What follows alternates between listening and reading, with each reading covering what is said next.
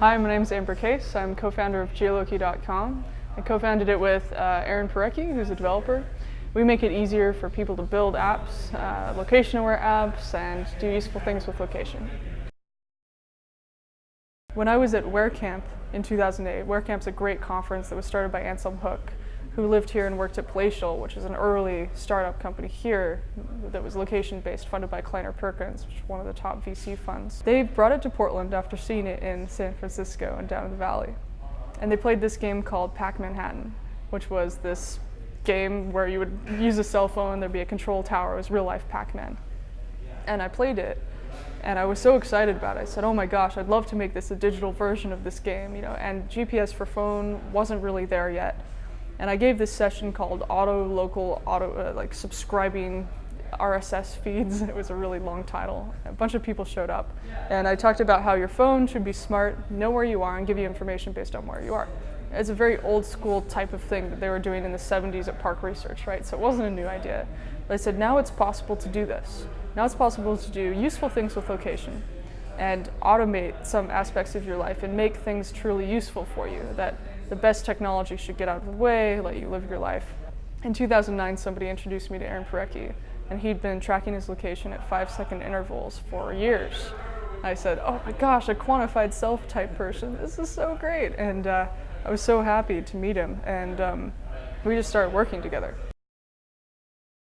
So yeah, I've been part of this startup community, before it was really a startup community in Portland. I got out of college in 2008. I joined as many communities as I could here, and the tech community was the most fascinating one. Here in the most awful state of funding, no one had jobs. It was I would say, ugly and just not attractive to be in the scene. And that was the thing that made me so happy about it. Everyone was doing it because they loved technology, and they loved whatever it was they were doing, blogging, programming, being a social media person, even though the news would routinely make fun of them, even though it was the strangest thing to do. And I said, one day things will change, and these people will be the next amazing thing in Portland. And if I can see the scene now, it was the end of 2007 into 2008, it's going to become very important and very solid and very professional after a while, as people see that, oh wow, this technology thing is actually useful. At that point, there was this, I guess, transition where people started to figure out how to make money and build companies and attract investment from all over the place. And there was already a lot of really great location-based stuff going on, and mobile stuff going on, and little startups, and they were starting to get better and better. And people outside of Portland were starting to notice. And I think after a while, people just skipped getting Portland investment and said, well, we can't get any money here. And they would go down the valley, and some were starting to get funding. And all I wanted to do was start a company here, but I didn't think I had enough experience, so I just waited and waited, and finally I met a great co-founder, Aaron, and we really wanted to be in Pi. And eventually we got into Pi after we proved ourselves. I would say you kind of have to prove that you've built something to be in Pi, and that you care. And we quit our jobs and went down to the valley, and we really wanted to stay here in Portland. We said it's possible to create a company in Portland. There's definitely an investor community, although it's secret, hanging out somewhere.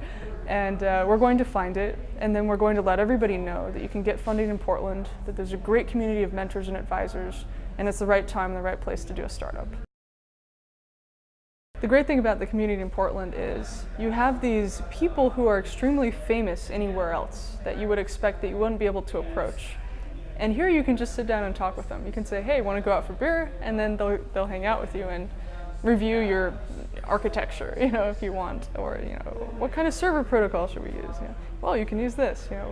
We have the mentor, like one of the first Twitter engineers, Alex Payne, is one of our mentors, and we can call him anytime. He'll sit down with us.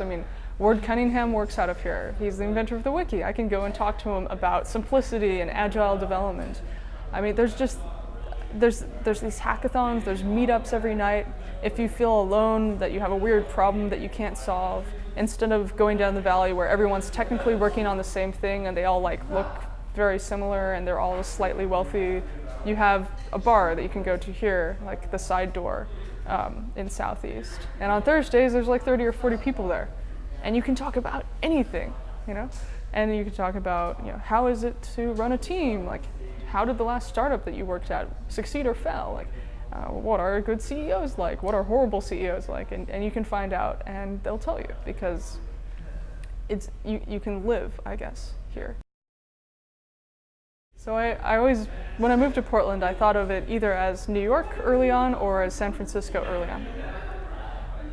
If you think of what happened in those areas, you had a bunch of people who were slightly unorganized and really nerdy, and they were trying to do things. And they didn't know what was right or wrong. They were just trying because they wanted to build something. And no one cared about them, and no one paid attention to them because they didn't believe in them. And you know, when somebody doesn't believe in you, you have to really kick a lot of ass, because it's this thing like, I'll show them, you know. I mean, already Portland is known for its excellent design. We've got White & Kennedy that has some of the top brands. It's independent, it's small, and I think the companies here are kind of the companies of the future. You can't have a giant beehive-like company in the future, because the minute you build it up, then it becomes brittle and breaks, and everybody inside it goes off, like WebTrends, they'll go off and they'll make their own little startups.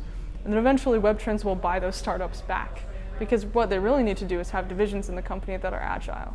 But people who voluntarily leave and make their own companies make a lot of sense. So I think what we're seeing is a lot of tiny, agile groups that are being very innovative because they can. And that's really the heart of innovation here in Portland. I would say that, I mean, I have no idea what I'm doing. It's like, go on your gut, right? If you're sitting there in a job and you hate what you're doing, and I didn't hate what I was doing, I loved what I was doing, but we were getting emails from companies that said, we want to use the Geoloqi platform, we were getting news articles, and I was getting flown out to conferences, and there was this tension of, I have to do this thing, and I don't know what it is, and it has to be done, and I have to leave, and I have to do this thing. It's just this like gut thing, and I think a lot of people have told me, they're like, just go with your gut. I said, what? And they also say the strength of a CEO is learning how to take multiple information sources, figure out how to push them all together, and then make sense of them, and do it faster and faster over time. And it doesn't matter if you make the right decision or the wrong decision, as long as you make the decision.